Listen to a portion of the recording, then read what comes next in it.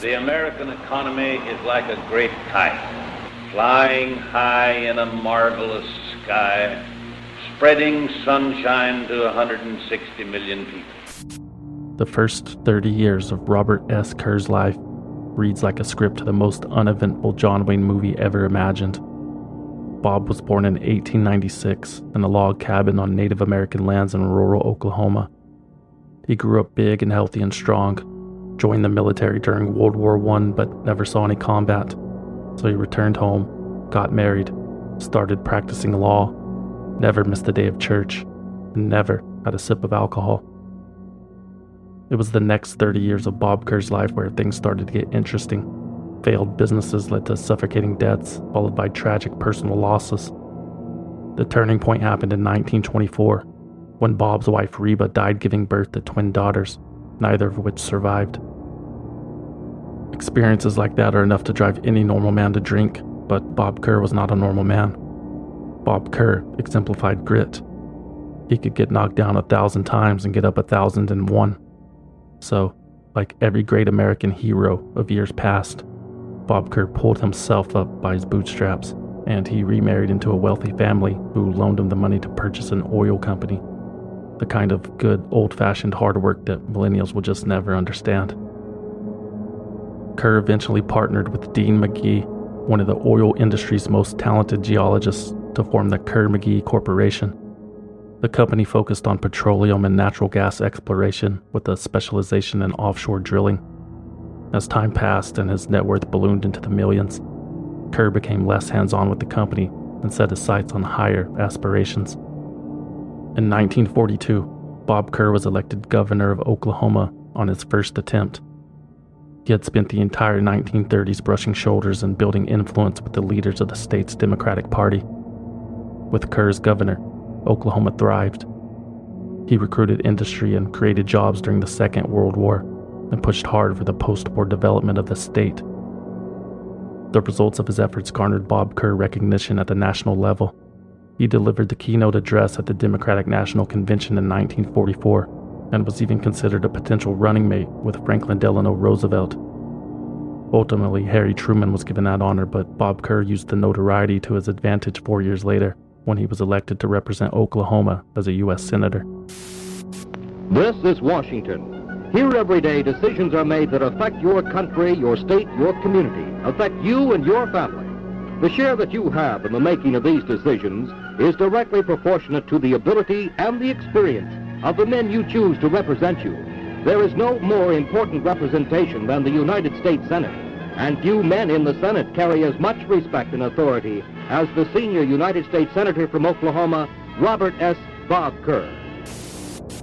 Although his political career hit a speed bump when he lost the Democratic nomination for president in 1952, Bob Kerr refocused on his duties as senator and became one of the most powerful congressmen in American history.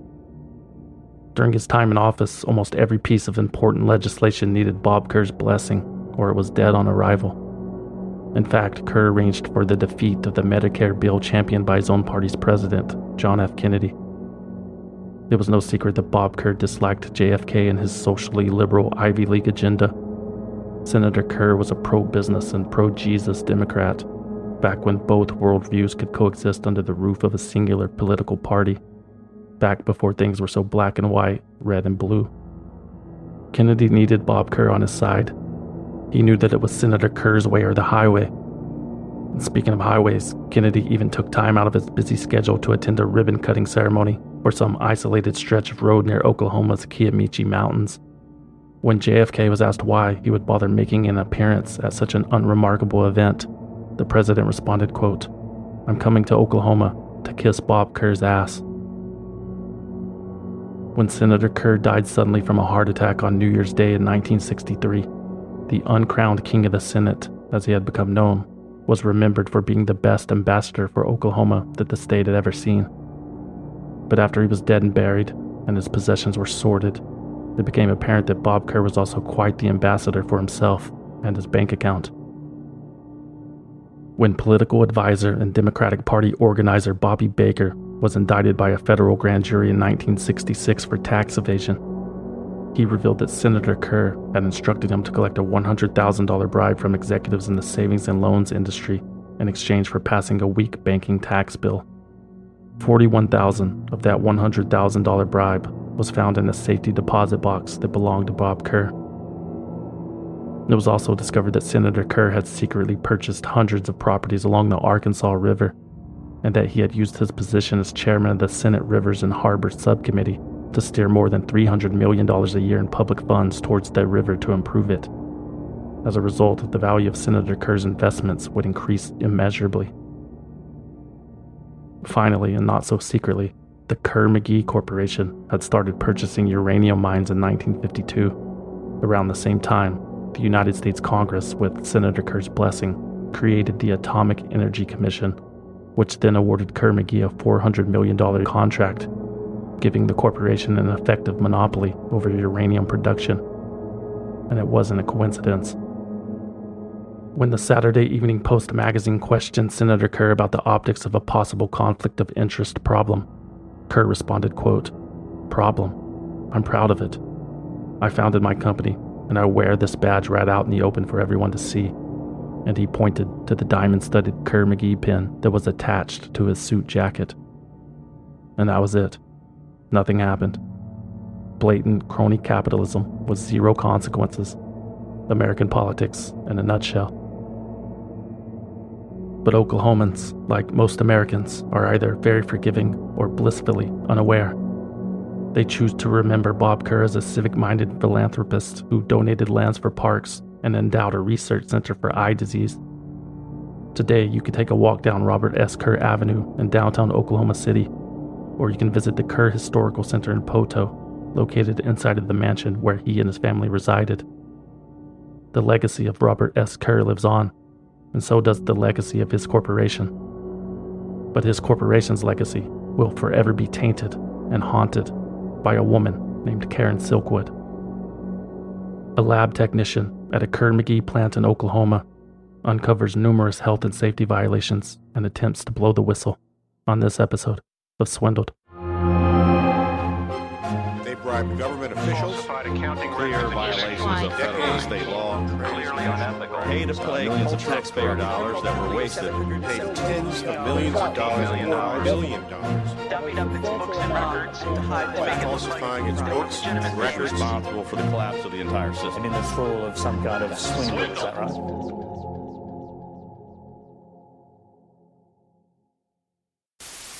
At the corners of Arizona, Colorado, New Mexico, and Utah is located the Navajo Indian Reservation, an area of 16 million acres filled with traditions of a people whose ancestors roamed the rolling terrain long before the white man. Recently, vast deposits of uranium have been discovered in the Navajo Hills. This rare natural resource is becoming increasingly important in the development of atomic power. Royalties from the uranium mines are providing much-needed cash for the Navajo prospector and for the tribe. The hills resound with the whir of modern machinery. Karen Silkwood was ready to live again.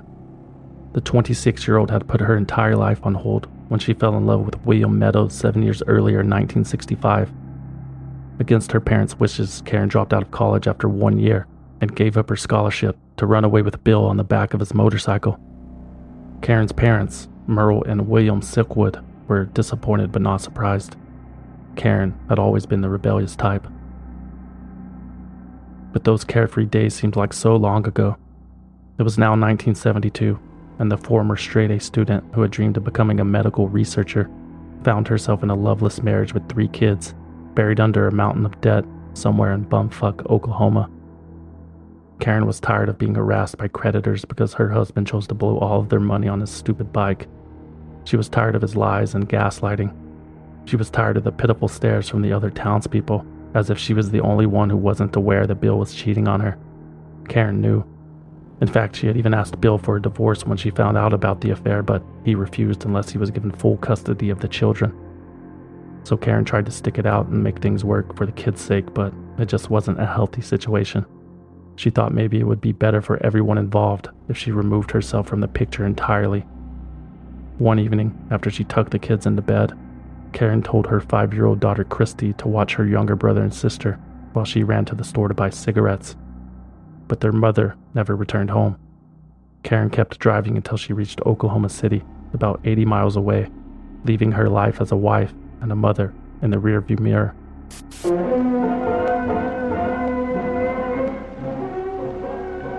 What better way to describe Oklahoma City than a city on the march? People on the move.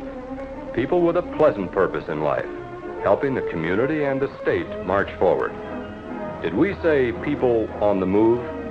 Well, here's a new family just moving in. Now, sure, it may feel a little strange moving into a new town, but no one's a stranger long in Oklahoma City. Karen Silkwood began her new life in Oklahoma City with a brief stint as a hospital transcriptionist before she landed a job as a chemical technician at the Kerr-McGee Cimarron fuel fabrication plant near Crescent, Oklahoma. For Karen, the new career was a dream come true. She had always wanted to work in some kind of scientific field, and Kerr-McGee was on the forefront of nuclear technology. The Cimarron facility where Karen would work was brand new. It had opened 2 years earlier with the sole purpose of producing plutonium fuel rods, which were about 8 foot long and as thin as a pencil. The plutonium rods would be used to fuel nuclear reactors around the country and would hopefully replace the conventionally used uranium reactors, which would ease the fears of running out of a rapidly diminishing natural resource. For $4 an hour, it was Karen's job to inspect rod samples for faults by handling the radioactive materials in a vacuum-sealed contamination-proof box that had built-in rubber gloves. If there were cracks in the welds or any other abnormalities, the batch of rods would be rejected, and not just to comply with the rigid specifications from the Atomic Energy Commission, who had an exclusive contract with Kerr-McGee that paid the company $9.6 million to produce the plutonium rods, but also because a faulty fuel rod could spell nuclear disaster. Within the first month of working at Kerr-McGee, Drew Stevenson, a co-worker 4 years Karen's junior and also recently divorced, had approached the new girl in town and commented on her beauty. It was an act that Karen found extra flattering, considering she was wearing a white figureless jumpsuit with her hair hidden in a net. It made Karen feel good that she could still attract the interest of a younger man. Over the next couple of years, Karen and Drew would spend a lot of time together. They shared pitchers of beer at a bar after work, passed joints back and forth while staring at the stars, raced cars on the weekends, and embraced spontaneity. The couple were enjoying their newfound freedoms and making up for lost time, but Karen's children were never far from her mind. It was Karen's boyfriend, Drew Stevenson, who introduced her to the local chapter of the Oil, Chemical, and Atomic Workers Union. Karen joined not knowing that she would be participating in a strike at Kerr-McGee less than 3 months after she started working there. The workers' contract was coming up for renewal, and they were demanding better wages and safer working conditions, but Kerr-McGee had no intention of making any concessions. The picket line lasted 10 weeks before the strikers put down their signs in January 1973 and went back to work. It was a humiliating defeat for the union, who had not gained any ground. By the time the strike was over, only 20 employees, about 15% of the Cimarron plant's workforce, remained in the union, including Karen Silkwood, who had been one of the last members to abandon their post. Karen's eyes had been opened, and she didn't like what she had seen. During and after the strike, union officials and other members recognized the passion in which Karen would stick up for what was right. They saw a woman who was adamant about doing things the right way, and they saw a woman who could be very vocal when that wasn't happening. As a result, Karen was eventually elected to the union's 3-person bargaining committee to assist in negotiations. Karen Silkwood was the first woman at the Kerr-McGee plant to ever serve in that thankless position. The committee instructed Karen to investigate health and safety issues at the facility, which she soon discovered were aplenty. She noted that the respiratory equipment and protective gear the workers were issued was defective or ill-fitting, including her own. She found that the samples in the lab where she worked were stored improperly, oftentimes just piled together hastily inside of a metal drawer. But most concerning was how often workers at the plant were exposed to contamination. Plutonium spills were a common occurrence at the Cimarron plant, but production never slowed down. In fact, quite the opposite was happening. Kerr-McGee had fallen behind on their contract with the AEC, so employees were being pushed to their limits, sometimes working 12-hour days, 7 days a week, resulting in a turnover rate that was extreme. Transients and teenagers were hired with minimal training just to fill the shoes on the factory line. Shoes which were sometimes standing in radioactive plutonium that was oozing out of leaky pipes. According to former plant supervisor Jim Smith, after one such plutonium spill, Kerr-McGee officials sent him to the store to purchase hundreds of gallons of white paint to simply paint over the plutonium and uranium flakes that wouldn't wash off the walls. Well, like I say, anywhere you wanted to look, you could see uranium laying on the floor. Just worse than a dirty, anything dirty. I mean, just uranium everywhere, and people, it didn't seem to bother them. They just waded in it. And in fact, they swept it up with brooms and mopped it up. It just didn't seem to bother them at all. Karen Silkwood herself had tested positive for radioactive contamination during a routine self-check after a shift in July 1974. The health supervisors at the plant reassured her that it wasn't serious, but still required her to submit urine and fecal samples on a weekly basis. Contamination might have been common, but Karen started to wonder if she had been targeted due to her union association. Because despite looking out for their best interest, some of Karen's non-union co-workers had noticed and resented the fact that she had been carrying around a notebook and documenting every safety violation she witnessed. They would call her a bitch or a hippie and accuse her of being a troublemaker who was endangering their livelihoods. But Karen wasn't going to let a little abuse stop her from completing her assignment. Besides, she had been through worse. Karen knew how to stand up for herself, and she was determined to improve the working conditions at the plant for everybody. She just didn't know at the time that it would cost her everything.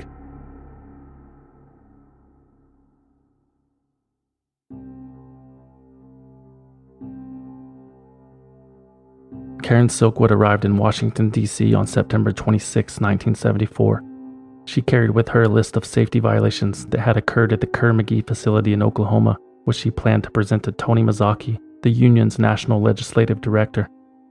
Karen told Mazzocchi about the inadequate protective gear and the leaking pipes. She also explained how contaminations had become almost a daily occurrence, and that by her count, there had been at least 70 contaminations since she started keeping track. A fact that made Mazzocchi's jaw drop to the floor. "Didn't they tell you?" Tony asked. "Plutonium causes cancer."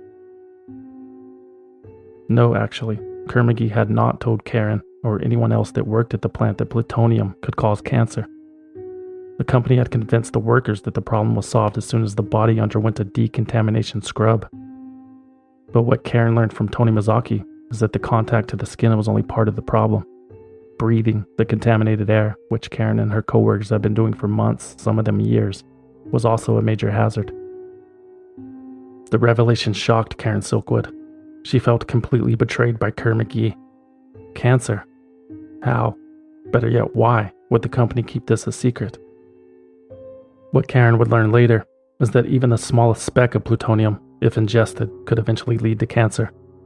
According to Time magazine, it only takes a softball-sized amount of plutonium to manufacture an atomic bomb.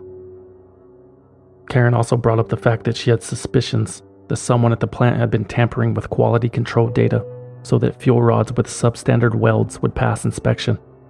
She told the union officials that it looked as if someone was using a black felt-tip pen on x-rays of the rods to hide hairline fractures. Tony Mazzocchi's jaw hit the floor again. This was major news. If one of those cracked fuel rods malfunctioned, it could cause a major nuclear catastrophe, the likes of which the world had never seen, at least not for another few years. Mazzocchi wanted proof, and Karen Silkwood volunteered to collect it for him.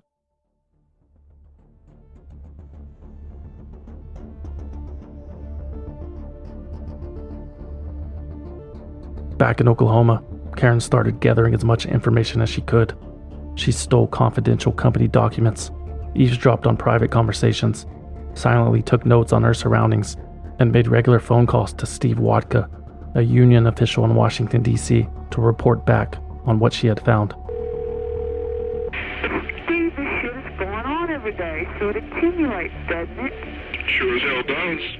If you breathe it once a week, for every week for 5 years that you're out there, you're goddamn well going to have something. And then the whole point is that plutonium is so carcinogenic, is so potent, that it's now figured that under the conditions that you work under in that kind of a plant, you don't have to work there for 5 years. You might only have to work there for 1 friggin' month.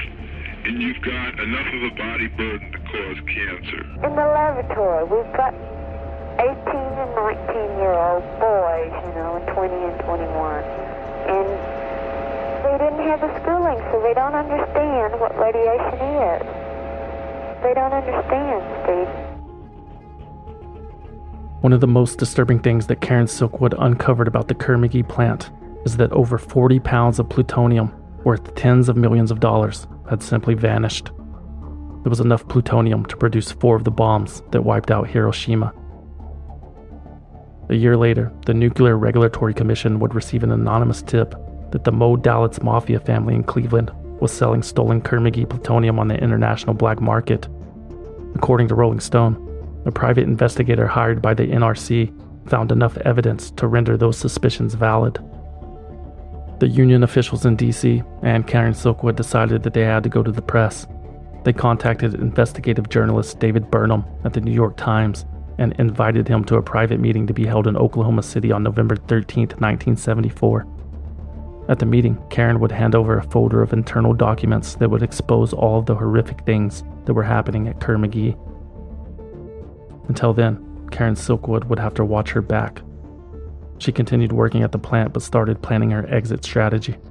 She called her parents in Nederland, Texas, and asked them to start collecting job applications for her to fill out later. Karen's parents weren't exactly sure what their daughter had planned, but they trusted her to do the right thing. But the sneaking around was stressing Karen out. In less than 2 months of playing detective, she had lost nearly 20 pounds.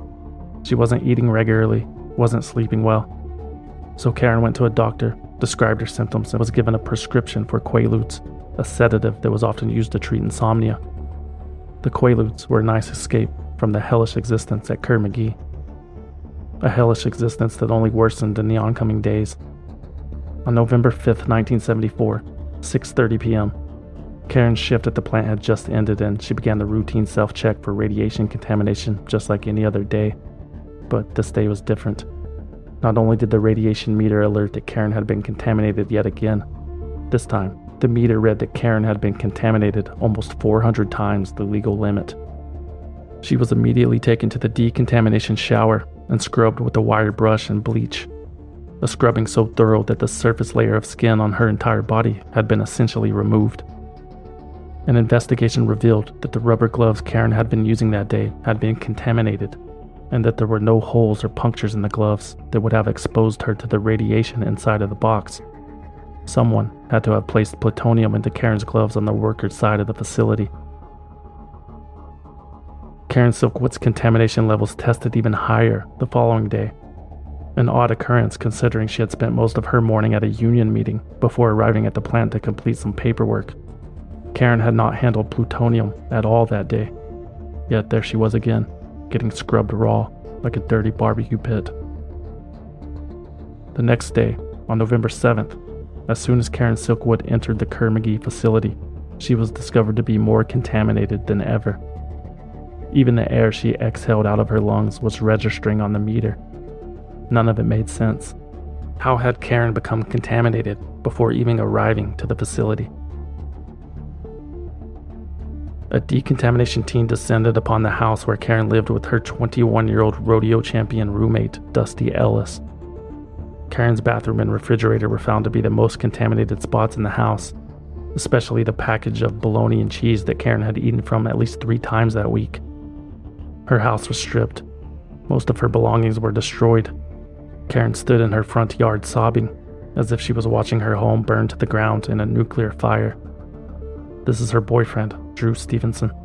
And she showed up down here and she was shaking like a leaf, and she was hysterical. She was incoherent and she kept saying over and over again that I'm going to die.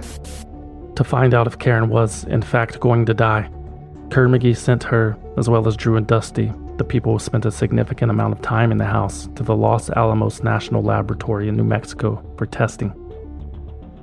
Drew and Dusty came back with mostly clean results. Karen, on the other hand, was found to have contamination in her lungs. But according to Dr. Vo Els at the Los Alamos lab, Karen's contamination wasn't severe enough to worry about. but Karen sent belated birthday cards to all 3 of her children just in case. It was the first communication they had received from their mother in over 8 months. By now, Kerr-McGee was losing patience with the girl who cried radiation poisoning. Officials at the company were convinced that Karen Silkwood had poisoned herself in an effort to publicly embarrass the company. They suggested that maybe she was emotionally unstable and had become too deeply involved in the union's fight. But it was a fight that Karen Silkwood knew she had to finish.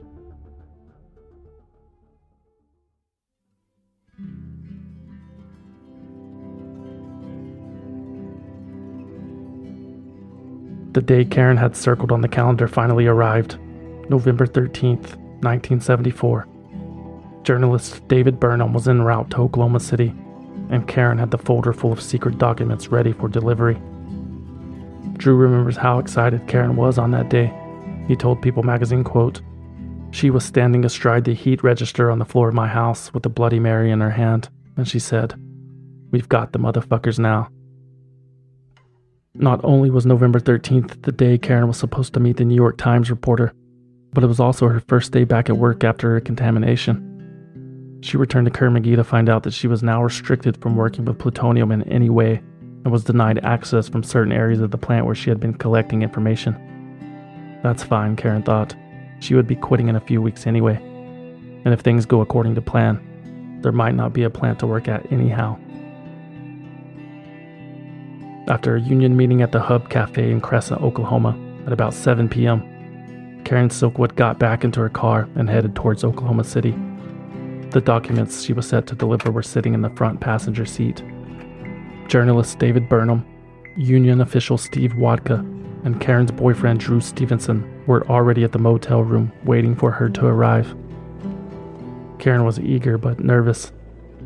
In less than an hour, she would hand over information to the New York Times that would potentially ruin Kerr-McGee. Information that would expose the dangers of nuclear energy to the entire country. But it was important that everyone know the truth. That the plant workers in Oklahoma had been lied to. That the plant workers in Oklahoma had essentially been given death sentences without their consent. And that Kerr-McGee knew about the safety issues but ignored them for the sake of profits. That's not something that Karen Silkwood could allow to happen on her watch. The drive from Crescent to Oklahoma City took about 30 minutes down a stretch of State Highway 74. It was a drive that Karen Silkwood had made 1,000,000 times before. But on that evening, about 7 miles outside of Crescent, Karen's 1974 Honda Civic veered left into oncoming traffic and onto the shoulder of the east side of the road. At full speed, her car ramped over a culvert, launched into the air, and collided head-on with the concrete wall of an underground ditch. Karen Silkwood died on impact.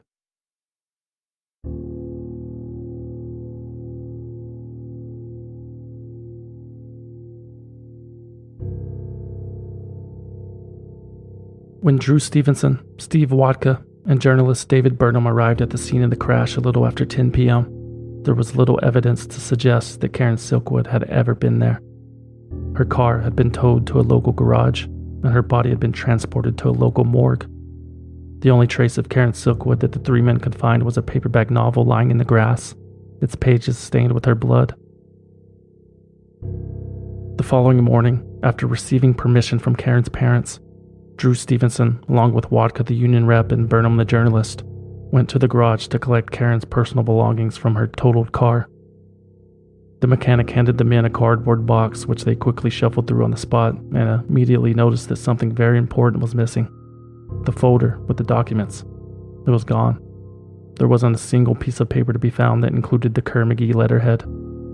When asked, the mechanic informed the 3 men that officials from the Atomic Energy Commission and Kerr-McGee had beaten them to the punch. They had searched Karen's car the night before. Karen Silkwood's death was officially ruled an accident.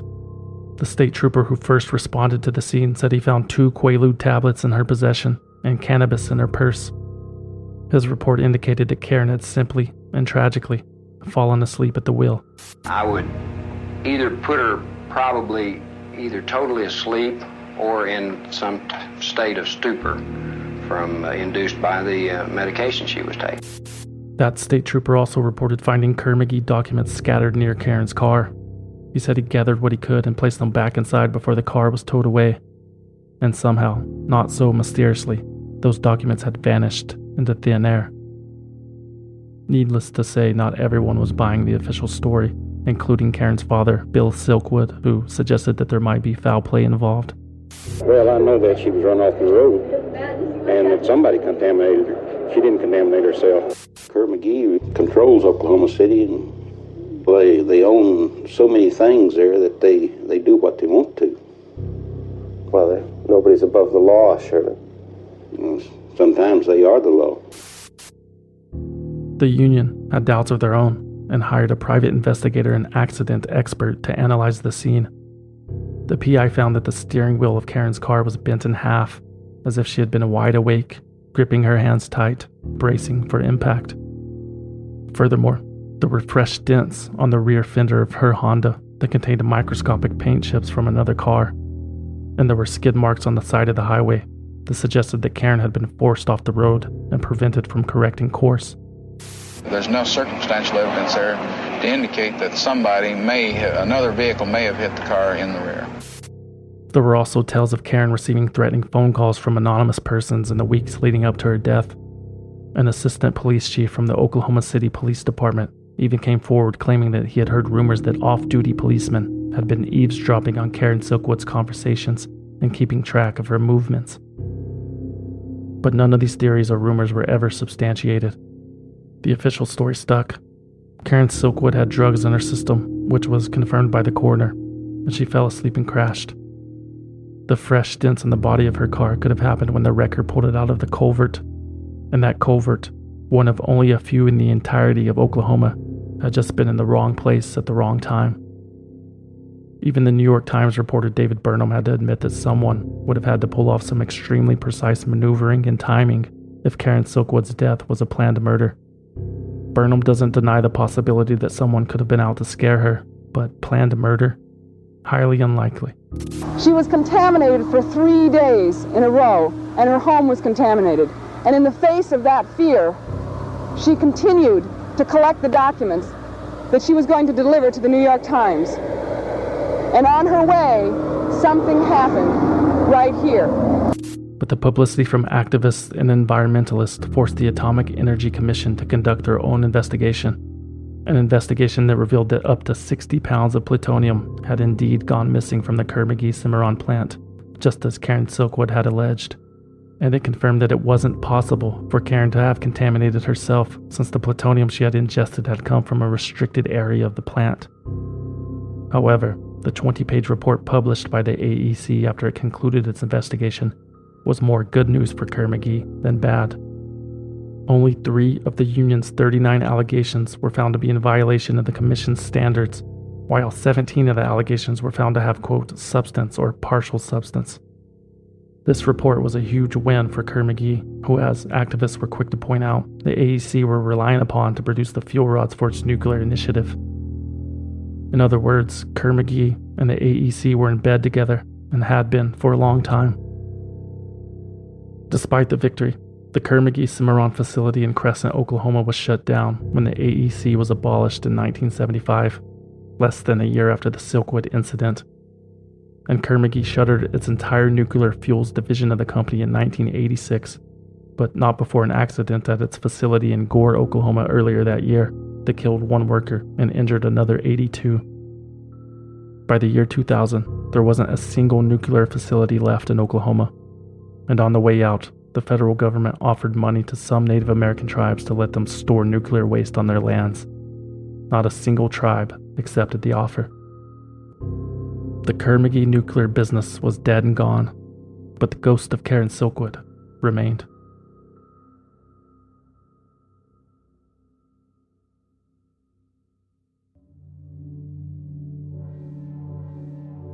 When Bill Silkwood announced that he would be suing Kerr-McGee in 1976, over $500,000 was contributed to the legal fund by individuals and foundations around the country. Karen Silkwood had become the national symbol for opponents of the nuclear industry, the brave whistleblower who paid the ultimate price for her convictions. And since the activists couldn't thank Karen in person, the least they could do was help out the children she had left behind, because that's who the lawsuit was for, Karen's children. Bill wanted his grandchildren to have something to remember their mother by, and physical possessions weren't a possibility. All of Karen's belongings had been destroyed. Bill even had to buy a new dress for Karen, just so she could be buried in something that wasn't contaminated. And that's what the lawsuit was about: contamination. Bill Silkwood wasn't trying to answer the question of who killed his daughter. Besides, in his heart, he already knew, and he would spend the rest of his life trying to prove it. This lawsuit was about proving that Kerr-McGee was willfully negligent in letting Karen get contaminated in the first place, and as a result, were responsible for all of the physical and property damage that she had endured. The trial, which lasted 10 months, began in 1979, the same year that the country watched the 3 Mile Island nuclear disaster unfold in Pennsylvania. The Silkwood trial would become the ultimate test of the nuclear industry's accountability. The plaintiffs set out to prove that Kerr-McGee not only knew that radiation was dangerous, but that they also knowingly and purposely failed to inform their workers about the hazardous nature of their jobs.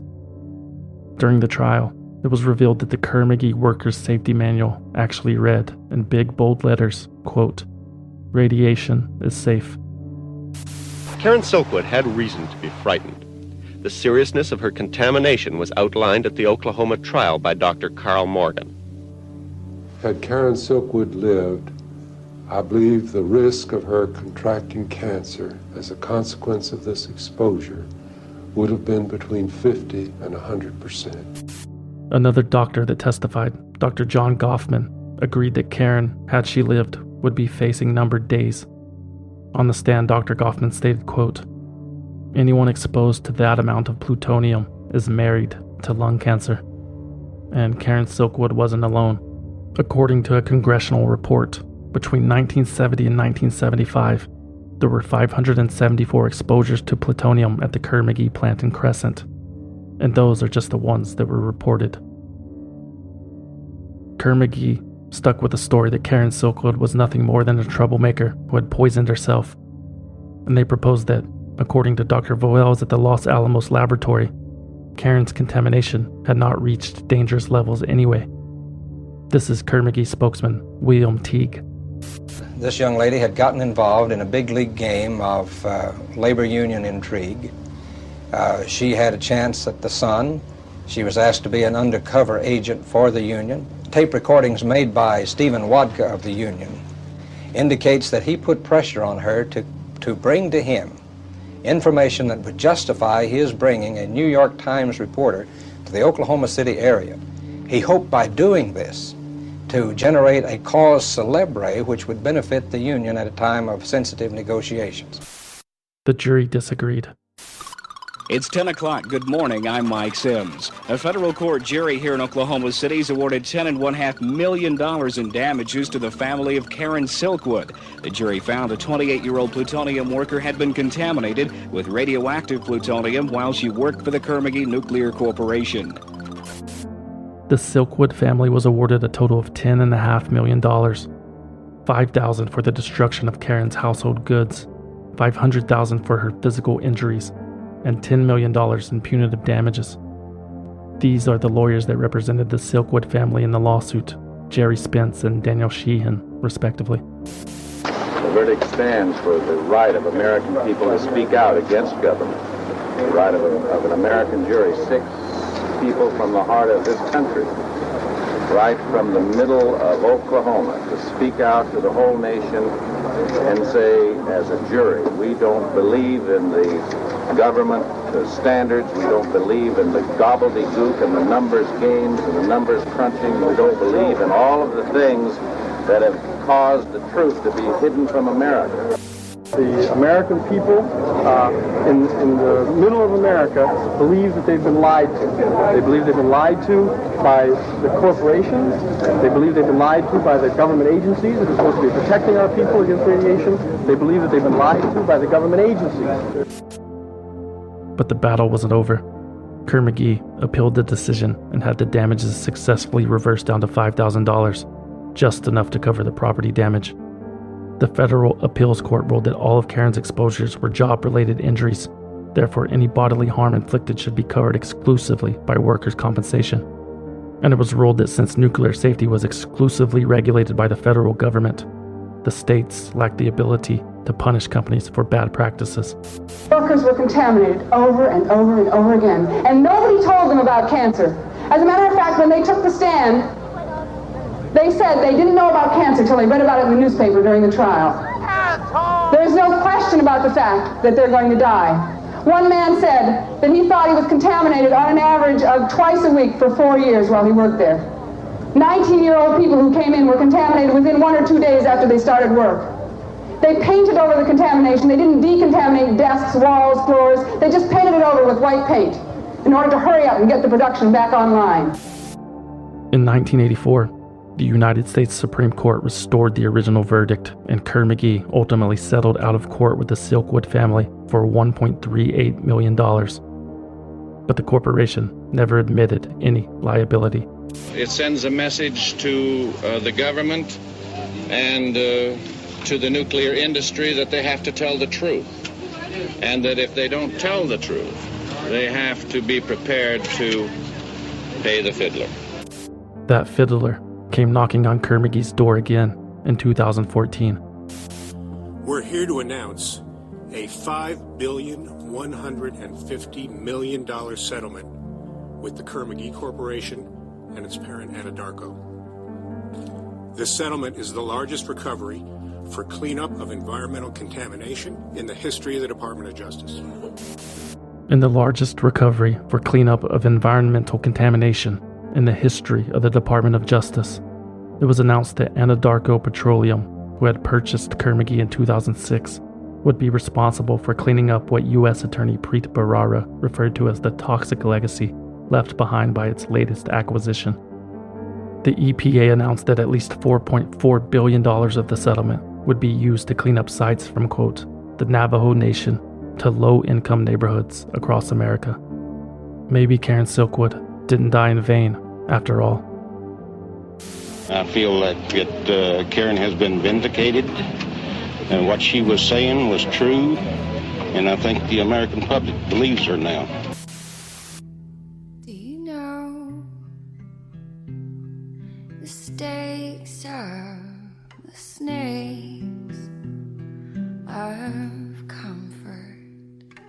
And do you know the power of your fear?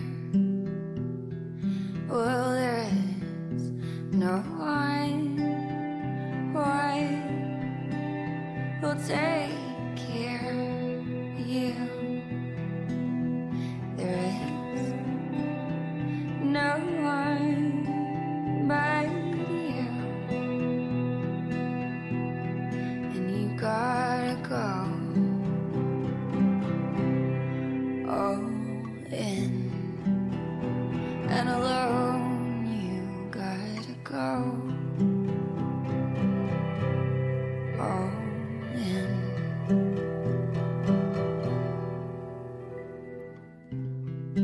Swindled is written, researched, produced, and hosted by me, a concerned citizen, with original music by Trevor Howard. Special thanks to Jess Williamson for letting us use the song that you're hearing right now.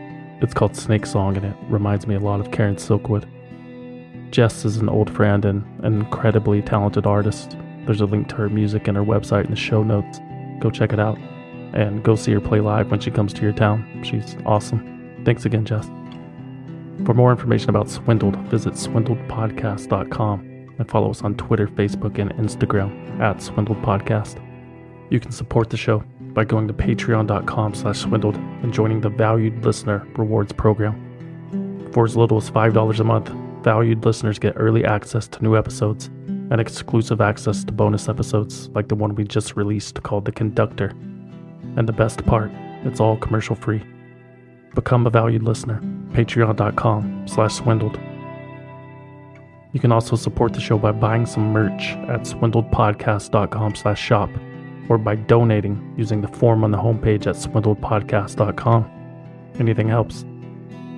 Finally, last call for the meetup in Los Angeles. It's happening on Saturday, September 7th at 6th and La Brea Brewery and Restaurant. You can RSVP for free at swindledpodcast.com/events.